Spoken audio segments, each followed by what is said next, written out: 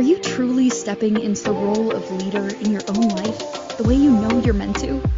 What shifts would unlock your full potential? It's time to explore those answers with the host of Sacred Leadership, intuitive business coach Sherisse Alexander. Welcome to yet again another episode of Sacred Leadership with Sherisse here on the Inspired Choices Network.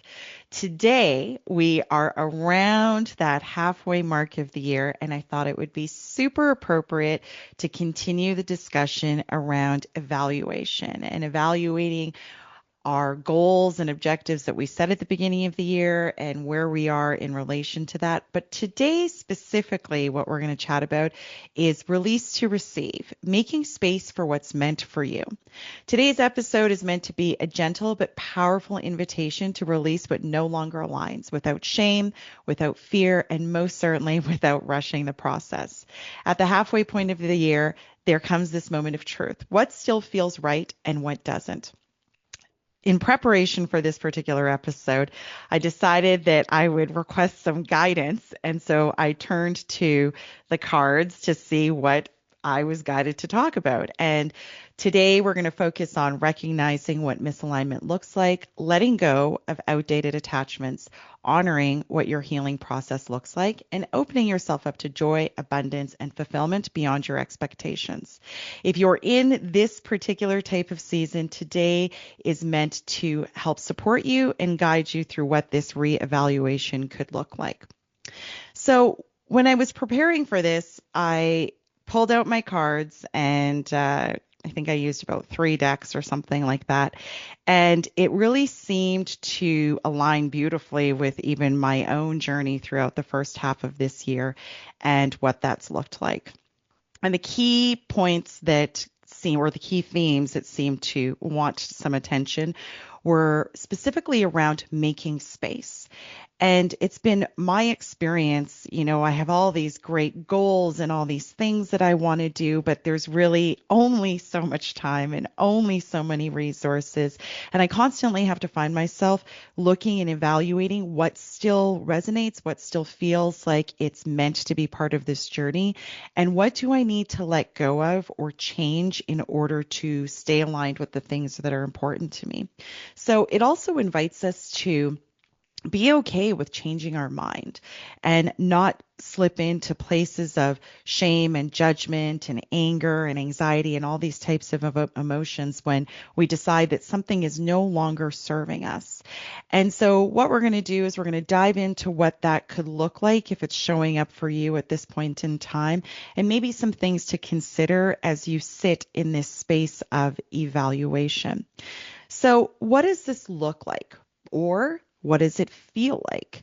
I know if I relate it to my own journey, the one awareness that was really just glaringly obvious was this discomfort. And it was so unsettling because the last few months of 2025 was a lot of activity. And generally speaking, I don't know about your work and your life, but the last quarter of the year always just feels so intense. Everybody's trying to get all this stuff done and before the end of the year. And as I was planning for 2026, I didn't really give it a whole lot of thought. But as I moved into 2026, the one feeling that definitely started to emerge was this waiting for something, almost like this angst. And it was like I felt myself scanning constantly, looking for problems and what's coming. And, because I got so attuned to problem solving that my system really didn't know what to do with this new quiet, this new stillness. And for those of you who are achievers and drivers and pushers, this might resonate with you. It's almost like this calm before the storm, or calm before the storm in air quotes, where it's like we're waiting. And waiting for what I didn't know. So when I started, dialoguing with some of the supports in my life and my coaches in my life, I would say to them, I'm not really sure, but I feel like there's something that's supposed to be happening. And I am so grateful for the supports in my life, because ultimately what they said is, or maybe it's not waiting for something bad to happen, but you're in transition or things are settling. Or this is the new normal, which is where your exterior world is calm. And that could have been a seed that was planted previous around all this work that I'm constantly doing to create peace in my world. So, how it might show up for you, quite simply, is that something doesn't feel right. It's a subtle discomfort, or in some people's cases, it could be a very, very loud discomfort. But I think where we can turn inward with good questions is, where are you in your life in terms of, are you forcing outcomes? Are you forcing alignment? If you go back to January, the objectives that you had set for yourself personally, professionally, spiritually, do those things still feel good? And because I'm somebody who's so guided by somatic practice, those are questions that I would invite you to sit with. You can journal about it. You can just see how it feels in your body. But the question first is, where in your life are you forcing alignment, and where are we flowing? Are you still holding on to some type of commitment because you said you would? And this is where we have to watch that energy of shame and judgment, because I know that I at least try to be someone who do what I say and say what I'm going to do, or do what I say that I'm going to do. So make sure that there's alignment between what I commit to doing and what I actually show up doing. But the reality is the experience is always evolving. New information comes available. New opportunities may show up. Opportunities may fall away. So we have to constantly be mindful to not be so rigid with what we originally planned, and be allowed, or allow ourselves to be in flow. So if you were present for the episode near the end of last year, the beginning of this year, when I talked about even my own evaluation around what was accomplished for 2025, I remember clearly saying, when I looked at what I had set out for myself at the beginning of 2025 and what was accomplished, I had realized that, oh, okay, so some of the things that I said that I was going to do didn't happen. I either took it off my list or I didn't meet the objective, but there were so many other things that ended up coming into my experience because I was already in energy of being fluid and not being so rooted in what I had originally intended at the beginning of the year. And with this awareness, it's important to remember, like I said, that this is not failure, it's intelligence. It's saying something doesn't, it's honoring your feelings, and your feelings are simply data. Sometimes when something doesn't feel right, like I said, it can be an obvious cue, but sometimes it's going to be more subtle. So this is really where those quiet practices of really stilling your mind, stilling the external activities that are going on, will allow these things to come to the surface so that we can address them more clearly.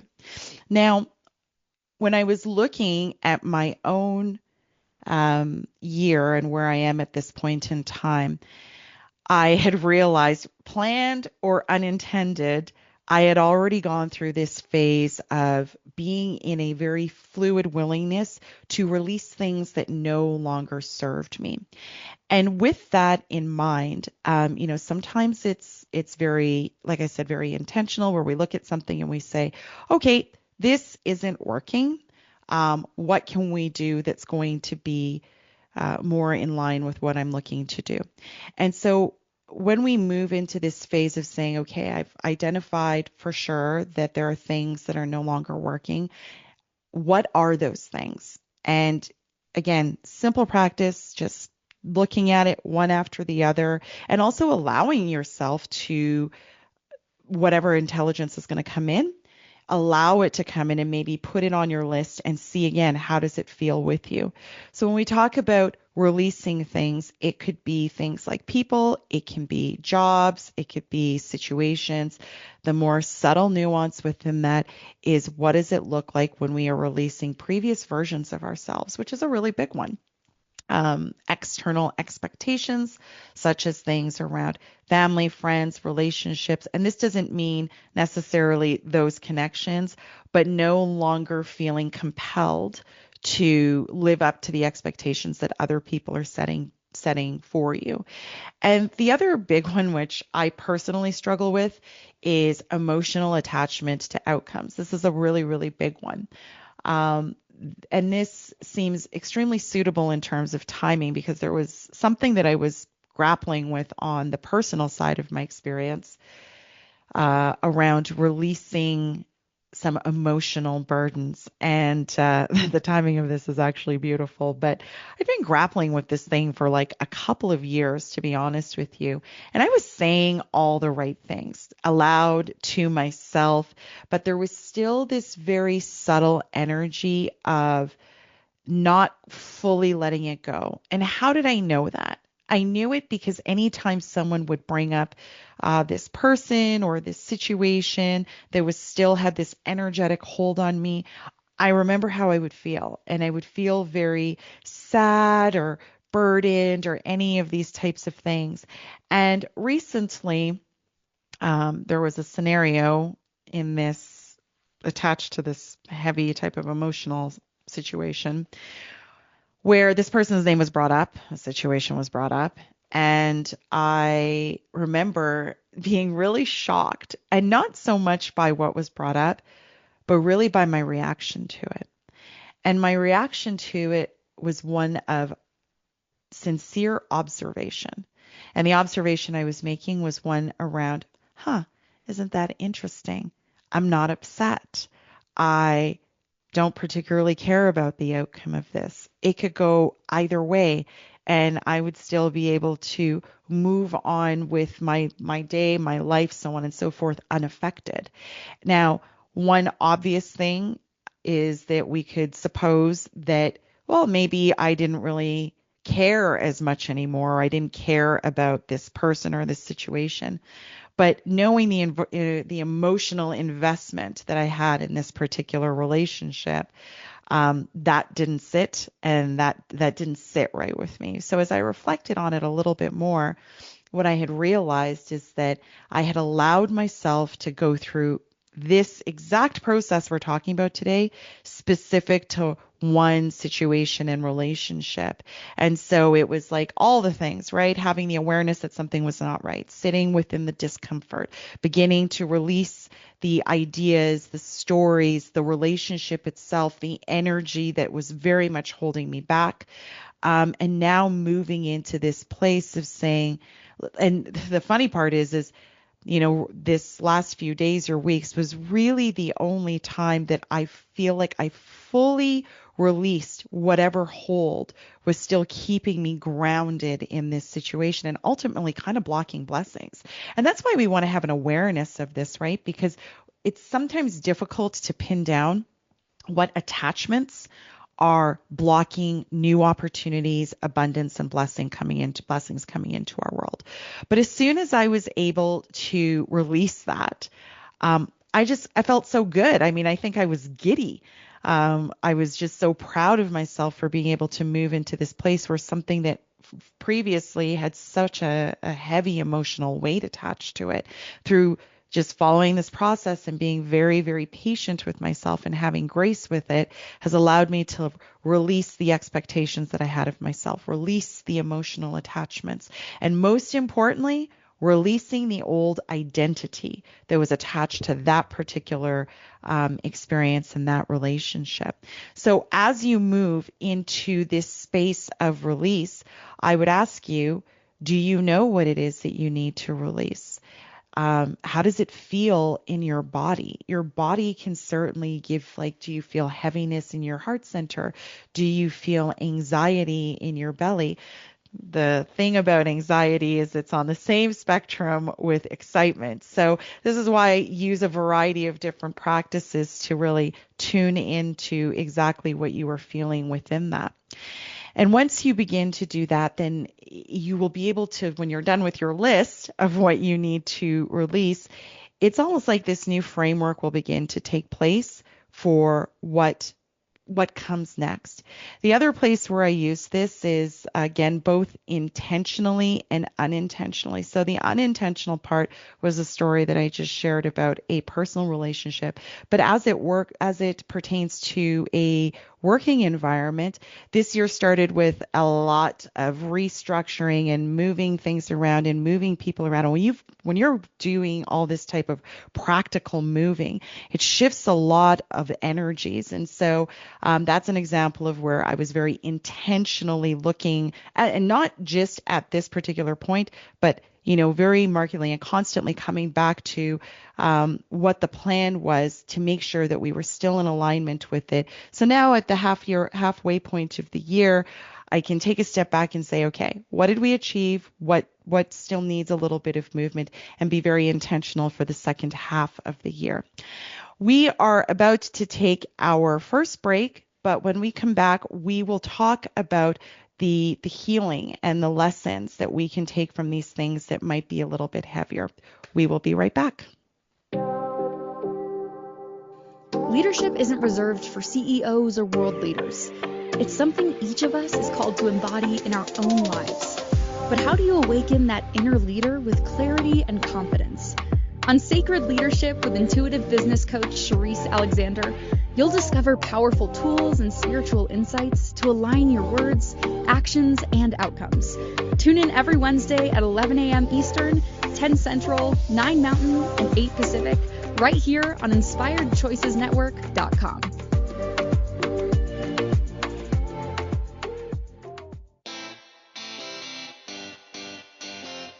Are you a subject matter expert? Are you here to share your expertise with an audience waiting to hear from you in only the way you can deliver? Are you ready to have your voice amplified across the airwaves? Inspired Choices Network has a global radio platform streaming to millions of people across the world. Professionally produced and supported by an accomplished team every step of the way, you can broadcast from anywhere in the world, knowing your voice matters, and we ensure it is delivered with ease and efficiency. Eager to hear your message, the world awaits. Contact us today to become an Inspired Choices Network radio host. Email become a host at inspiredchoicesnetwork.com. This is Sacred Leadership with Sherisse Alexander. To participate in the program, join the live studio audience in our chat room at inspiredchoicesnetwork.com. You can also send an email to Sherisse@pavitraleadership.com. Now back to the program. Welcome back to Sacred Leadership with Sherisse here on the Inspired Choices Network, where today what I'm chatting about is release to receive, making space for what's meant for you. In the first segment, I was sharing the journey from the beginning of the year to the midpoint in the year, where we start the year with so much energy and so much focus and goals and so on and so forth, and the importance of coming back to what we originally would have set as objectives and maybe reevaluating what still is current, what is still aligned with how we feel and what the goals are, and what needs to be released. And this is a very deeply woven journey in my mind, right? At least I try to live my life in that way. Let's not be so absolute. And what I mean when I say that is some of these lessons come all at the same time around things that need to be released personally, professionally, spiritually, ideas, beliefs, values, older versions and older identities within yourself. And right now, when we're looking at the things that need to be released, sometimes it can bring about feelings that are uncomfortable, where we can slip into places of shame and judgment because we are changing our mind about something that we originally intended to do and have decided that it no longer serves our journey. So with that in mind, what does that look like when we are processing the feelings around that? I recently found myself saying to somebody that when we're releasing these ideas, it can sometimes bring about, yes, the discomfort of judgment and shame. But if you're holding on to a version of yourself that no longer serves your journey, and you've been wearing it like a very comfortable hoodie for 10, 15 years, there is a certain level of grief that goes along with that because you've been operating in a certain way or a certain pattern for so long. I think sometimes we discount the grief that goes along with letting go of previously very comfortable parts of ourselves. So I think it's important to acknowledge that within yourself. If you happen to be in that phase right now where you're letting go of previous versions of yourself, there is a grief, and honor yourself within that journey and what that looks like. There's also, like I mentioned, the discomfort of course correcting in the stories that we sometimes tell ourselves. And again, there's no need to move into judgment and blame. It's simply about finding better alignment versus judgment about right or wrong. And so when you move into that space, it's really important to be able to tune out the outside noise, not only of external judgment from colleagues and friends and family and that sort of thing, but really tune inwards. And I was relaying this very idea to someone because, you don't know fully, you might know fully for yourself what your journey is, which will change or can sometimes change. But I know that for myself, when I was sharing kind of my journey to this point, and I'm talking about life journey, as I was recounting it to them, I realized, wow, I really had a lot of adversity when it comes to dancing to the beat of my own drum. And it was the other person who was like, oh, wow, like you really just kind of did that very bravely. And I would have not called it bravery at that point in time. I would have just called it silent stubbornness, where I just didn't listen to other people. Now, sometimes that can be a bad thing.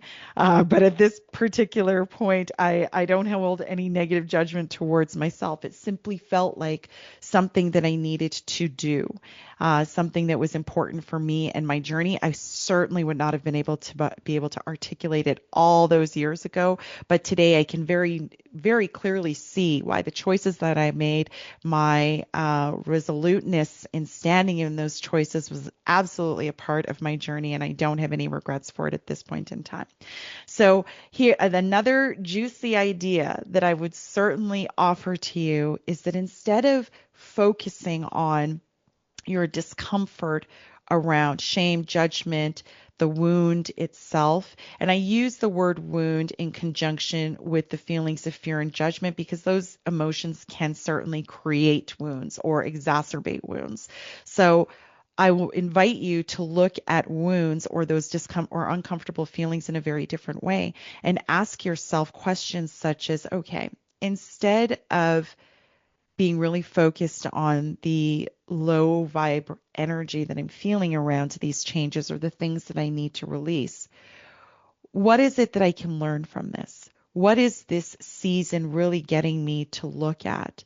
And I love questions. If you tune in regularly, then you know that for me, such an integral part of this journey is getting really honest with yourself with what those questions are. Not even the questions, but the answers. Because if you're answering them just to yourself, there's no need to lie to yourself. It doesn't serve any purpose. And what are you asked to understand before you move forward? So when I talk about this personal release that I needed to let go of, the lesson, and I thought that I'd had the answer. Trust me, I was revisiting it over and over and over again. Every time I would say, I'm releasing this relationship, I'm releasing this relationship, I would come back to it and I would always still have this discomfort within it. And now I can see the discomfort was, well, are you really? What's the missing piece? And the missing piece for me was accountability, true accountability for my part in the dissolution of that particular relationship, which I was saying, which I was acting like to a certain degree, but I wasn't actually fully owning and holding accountability for myself in how I was actually showing up in that particular situation. And it's funny because as soon as I got it, this eureka moment, the way that I felt about it is what really validated that, oh, that's the thing that I was still holding on to, and it was the accountability. And the only reason that it actually caught my attention, and this is just my truth, is because what I had inflicted on someone else in turn was inflicted on me. And in that beautiful cycle of karma was when I went, ah, I got the lesson now. So I'm grateful, so grateful. So this is the example of like looking at the wound. For so long, the wound held so much power over me. It would make me visibly upset. It would really rattle my interior world. But in that moment when I got it, I was like, because it then was visited on me, not immediately, not from the start of this, but over the course of months and years, it eventually was revisited back on me. And I was like, oh, okay, well, that's what that feels like. The benefit is that the wound itself is what took a really long time to process. When I finally understood the piece that was missing, the wound was no longer gaping. It was no longer this really big thing. But the other lesson that I think I got from that is just a reminder that when all these feelings bubble up, really, really peel back the layers on it. And the question I often ask is, okay, why am I sad about this? What is the actual story that I'm telling? Is there truth in that story? What am I missing if this still continues to come up within me? So this is an example of how we can begin to really examine the wound, or those uncomfortable feelings in a way that can really be productive. And once I was able to do that, as I'd mentioned, then it really became quite a powerful and freeing moment. So the question I would invite you to ask yourself is, what would it look like if I stopped making meaning in this story that I'm telling myself? How would I feel? What kind of freedom would come from that? Am I still giving power to external circumstances? And there's usually a really easy answer with this, because if there's something external that's going on in your life, business, professional, so on and so forth, and you find that you're reactive within that, to me, that's often like the reaction externally and internally is often the answer of whether or not you're actually giving away your power within that. And then, of course, are you grounded? What would it look like if I was really grounded in this particular dynamic and absolutely nothing changed? That one could be a bit of a rabbit hole to go down if we're really grounded and I change absolutely nothing in this, not my position, not any of the external. Well, we can't really change people, but we can try to shift certain circumstances. What would that look like and what would that feel like? So then we can begin to allow for new possibilities, begin to manifest what those new possibilities will look like as we make these shifts and changes. Now, once we are able to, I don't want to say comfortably move through, really examining this wound, what this really leaves space for is the question, what's next? What comes after that? And allow me to be very clear here. Don't rush the process. Take your time with it. It's not unusual for you to feel, at least for myself, for me to feel like, oh, okay, I thought I already had addressed this. And I often like to talk about this journey in terms of like peeling back layers. So often I have found for myself where I confront something, whatever it is that's caused me discomfort, confront it head on and just be like, get to the bottom of it. And I'm somebody who does like to move through things as quickly as possible.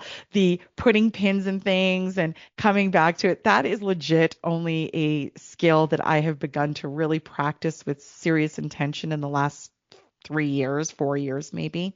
But I bring it up because really honoring what the process looks like and being very, very patient with it and not getting frustrated when this comes back up. An analogy I love to make is any wound, any physical wound to your body. It doesn't just go through the surface. Sometimes a wound can obviously be very deep and down to the bone. And so that is exactly how healing can be. Just when we confront something that makes us uncomfortable and we think, okay, we've addressed it, now I can move on. It's not unusual for that thing to creep back up, and now it's like another layer that needs to be addressed and another layer that needs to be addressed. So be really patient with yourself and the circumstances. Have lots of grace and compassion and love for yourself. I know I certainly would be like, ugh, I thought I already went through this. Why is this coming up again? And my coach would say things like, well, this is just another layer of that healing, or clearly you haven't fully addressed all of the items that need to be addressed within this. So the analogy that we sometimes use is around a video game with these experiences that come up, the more challenging experiences. If you think, for you old school Gen Xers and my love for Mario Brothers, I remember as a kid, I would realistically sit on that gaming station and try a level over and over and over and over again. And if you think about life in the very same way, you would learn something every single time you would go through that level. And you might not make it all the way to the end of that particular level to advance. You might die or, run out of time or whatever the case may be. But you would usually find something in redoing that level, like an extra life or an extra power up or whatever the case may be. But I would always be frustrated when I would not quite get to the end of the level. And I think that that's very much a great analogy for what this journey looks like. We come up against these levels in life. We do the level, we pick up little things, but if we don't, if we're not intentional and managing our time appropriately, we can miss things that don't allow us to make it to the end of that level, and we have to go back and do it again. So I would say maybe try not to be so frustrated when you don't finish the level and you have to go back and do it all over again. That's the analogy for the healing piece of this journey. So we are going to take our next break. And when we come back, we're going to talk about what does the next level actually look like. We'll be right back. Leadership isn't reserved for CEOs or world leaders. It's something each of us is called to embody in our own lives. But how do you awaken that inner leader with clarity and confidence? On Sacred Leadership with intuitive business coach Sherisse Alexander, you'll discover powerful tools and spiritual insights to align your words, actions, and outcomes. Tune in every Wednesday at 11 a.m. Eastern, 10 Central, 9 Mountain, and 8 Pacific, right here on InspiredChoicesNetwork.com.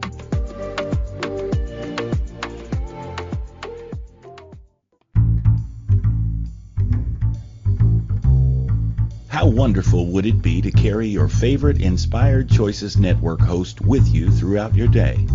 Well, now you can. Inspired Choices Network now has its very own mobile app. Our free app offers live streaming shows, along with thousands of podcasts and TV episodes. Our shows cover a wide variety of topics. Whether you're waking up with us, carrying us through the day, and taking us to bed with you, we're always here for you to enjoy. We're easy to find. Just search for Inspired Choices Network in the Apple App Store or Google Play Store. This is Sacred Leadership with Sherisse Alexander.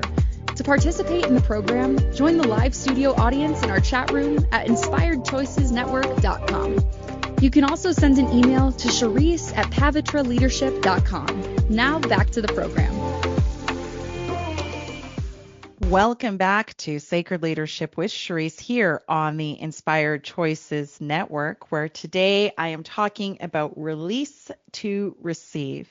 During the first and second segments of today's episode, I used the first segment to talk a little bit about the journey of making plans, having goals and objectives for the year, and at the halfway point, what it looks like when we begin to reevaluate and take a look at what we started the year with in terms of intentions and reevaluating at the midpoint year.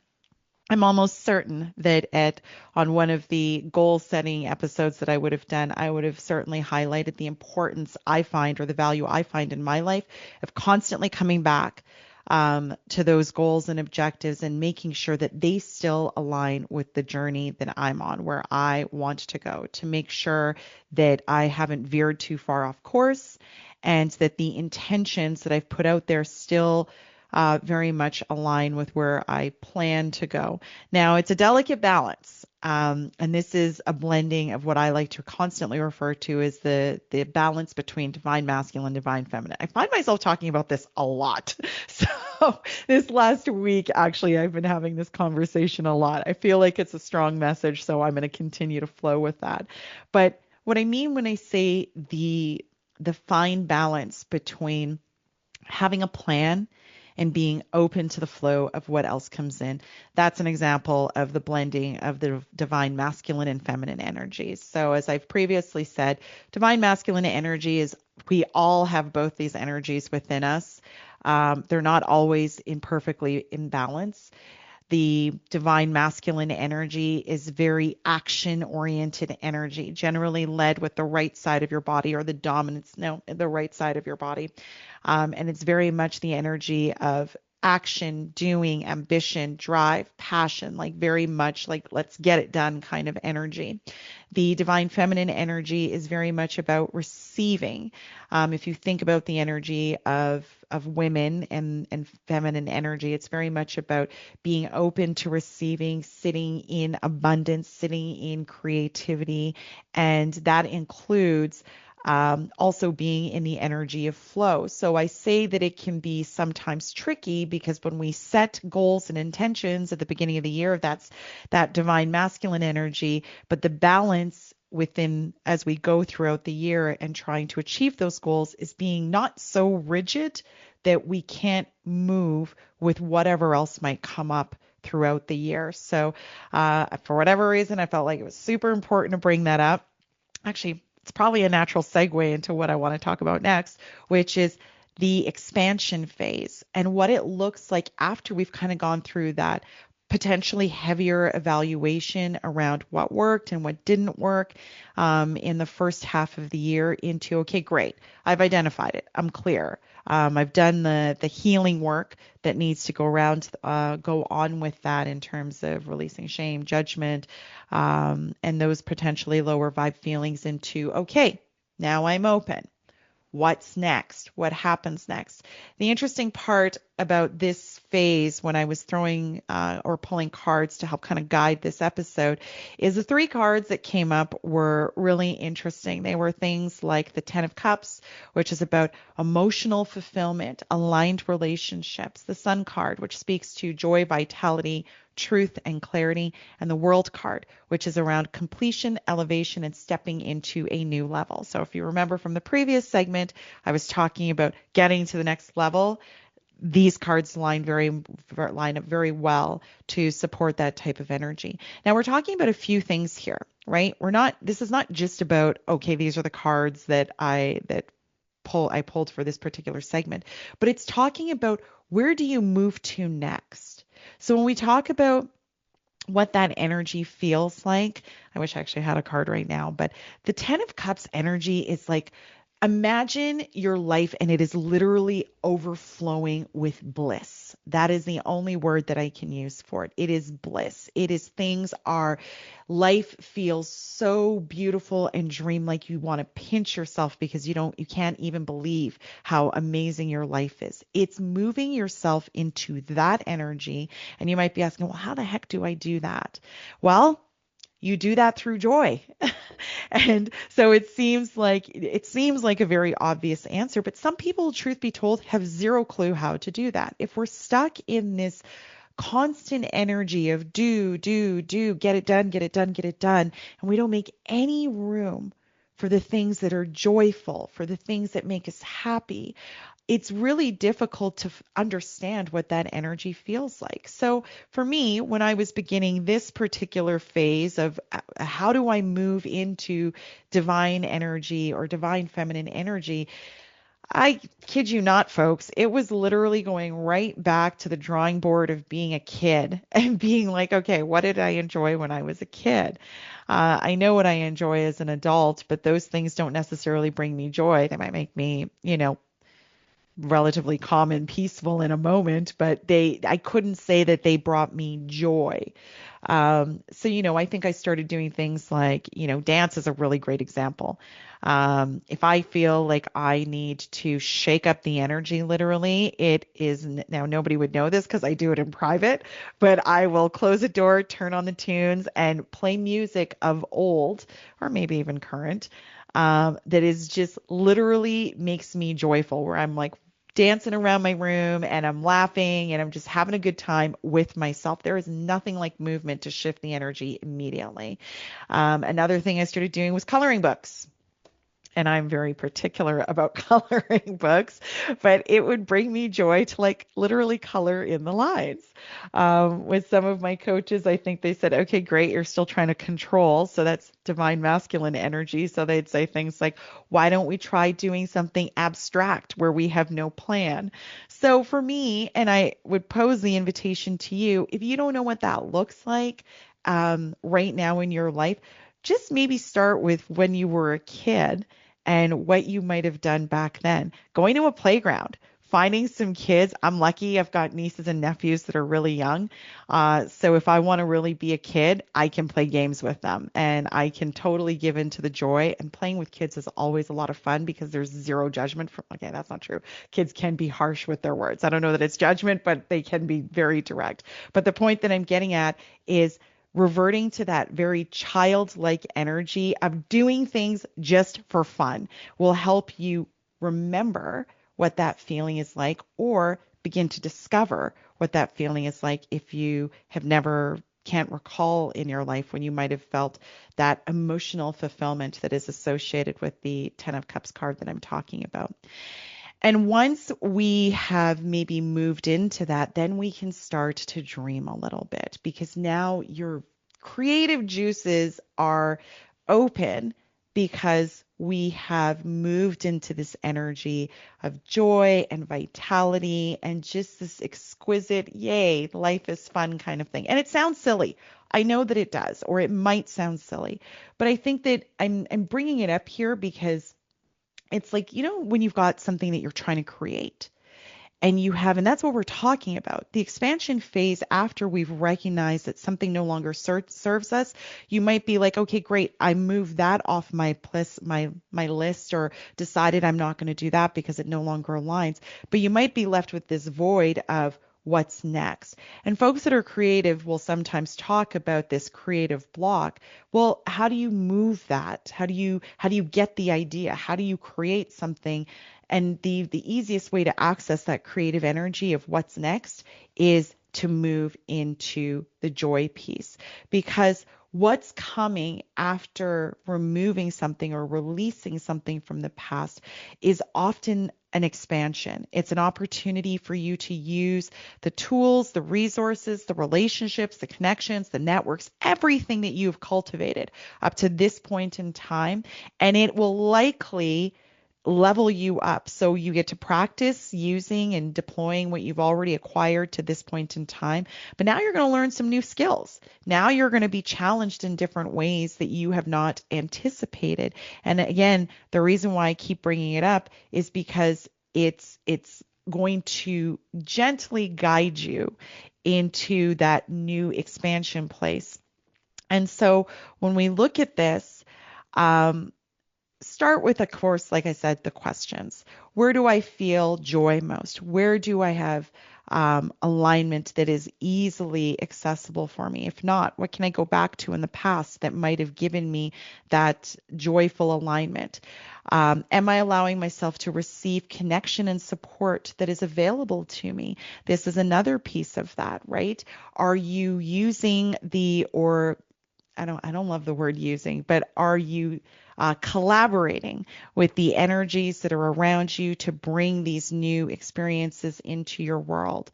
And this will allow for these new opportunities to come in. And what's super interesting for me is that as soon as I was able to let go of these things that I didn't even actually realize were holding me back, it's like it opens up this new world of opportunities that on seeds I'd planted, yes, in the past. I'd had this dream probably about 3 years ago. And it was just kind of a dream of me speaking on a stage, and it was a big stage. And for those of you who have tuned in before starting this podcast, I was certainly not somebody who wanted to be in the limelight, have my voice okay, I was okay with, but I didn't want to be on video, and I didn't want to put myself out there. And of course, I was judging myself at that point in time. So this is an example of where I had to release this fear, these ideas that I didn't have a tragic enough story, and I didn't have all these horrible things that might have happened to me. What would I talk about? What would I share? How would people? These are all the questions that were legit in my head. But through this process of releasing these stories and releasing these ideas and releasing all these things that were holding me down, I kid you not, this morning as I was getting ready to be on here, I get this email. And it says, hey, I don't know if this is of interest to you, but you should maybe go apply to speak at this event in South Africa. And I was like, what? Where did this come from? I mean, I figured someday I might do that, but I was very comfortable and very happy here doing this, right? So this is an example of what I mean, what happens when we stop holding ourselves back and begin to envision this life that is really just felt really good. In that particular dream that I had, I mean, I was wearing a favorite red dress of mine. The auditorium was absolutely full. My loved ones were around me. I was like in a juicy, beautiful dream. And I don't know if this speaking thing is going to be an actual thing. Stay tuned. I'll let you know if it is. But this morning I was very much like, oh, wow, didn't plan that. Okay, well, so when I ask what's next, I think that I got my answer. So in any event, this is what this looks like when we intentionally are willing to let go of things that are no longer serving us. Today, I've talked about a lot of things that I've had to let go of, but in this particular most recent example, I was letting go of stories, ideas, and previous versions of myself that were really keeping me very small and out of the limelight, so to speak. We are going to take our final break today, and when we come back, we're going to hopefully pull this all together so it's very practical for you to use if you are at this place in your life. We will be right back. Leadership isn't reserved for CEOs or world leaders. It's something each of us is called to embody in our own lives. But how do you awaken that inner leader with clarity and confidence? On Sacred Leadership with intuitive business coach Sherisse Alexander, you'll discover powerful tools and spiritual insights to align your words, actions, and outcomes.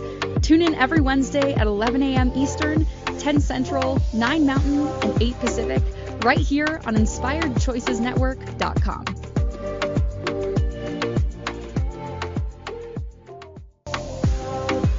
This is Sacred Leadership with Sherisse Alexander.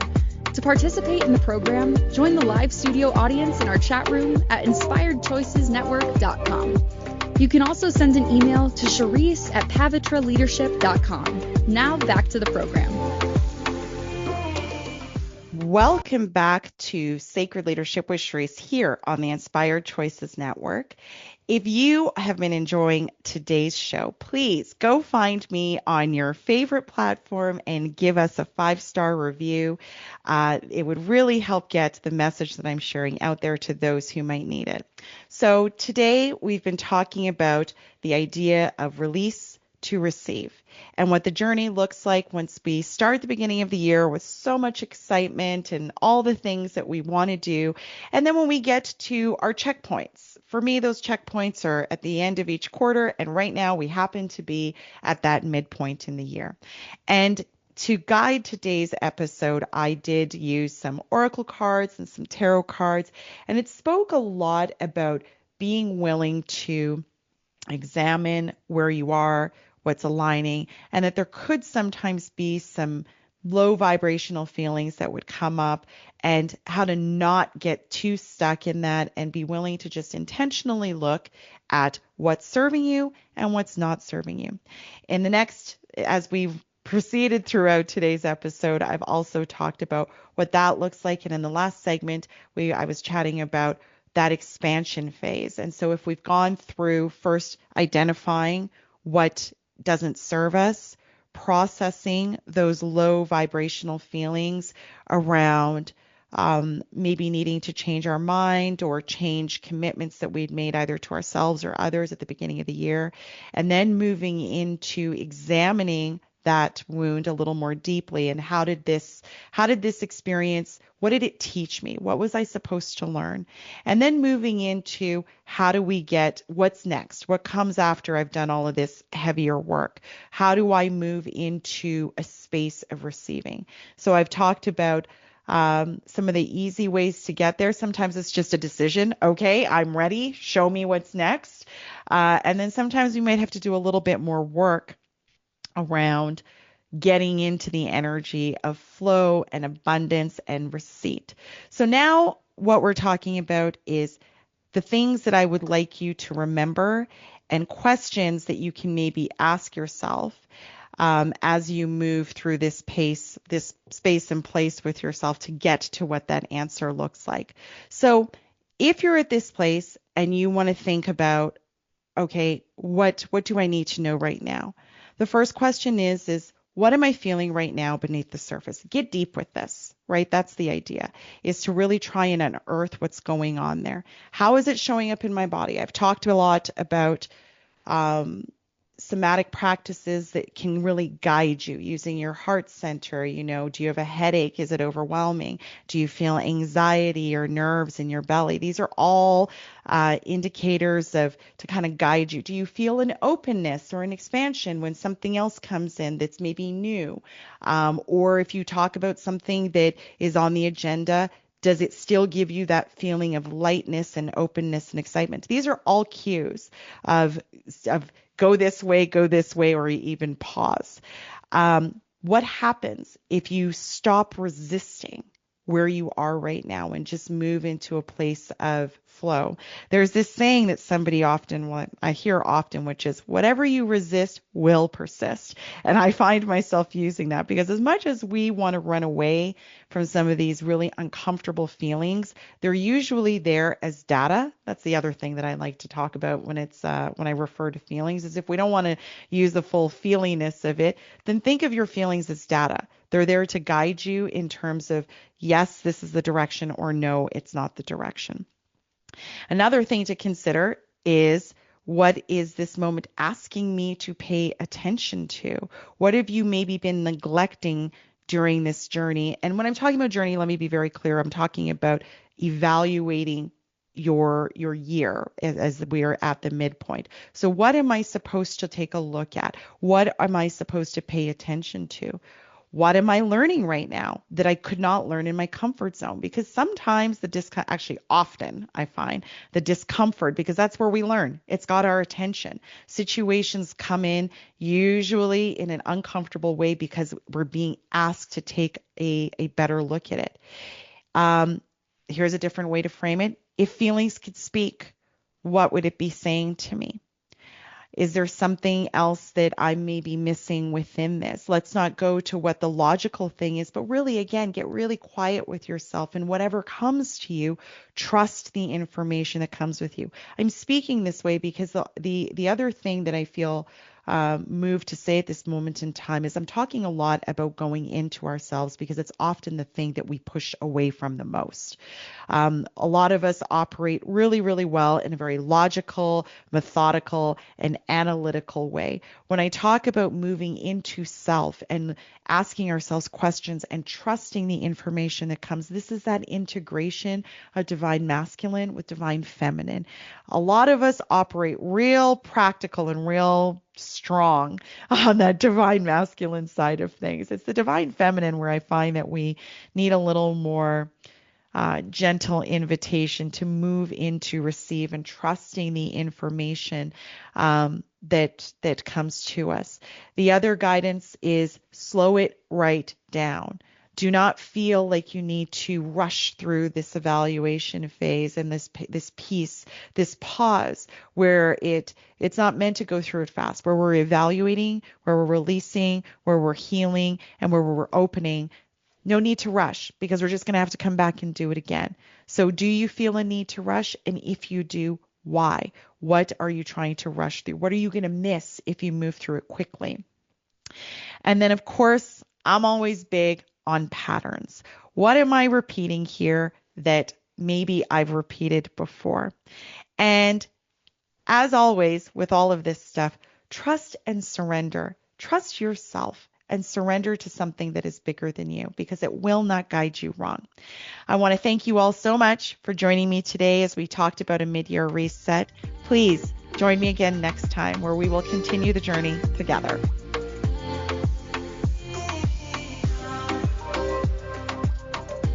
Thank you for listening to the Sacred Leadership Show. Sherisse returns Wednesday at 11 a.m. Eastern, 10 Central, 9 Mountain, and 8 Pacific on the InspiredChoicesNetwork.com. Until then, continue taking small steps today to be a leader in your life for the collective.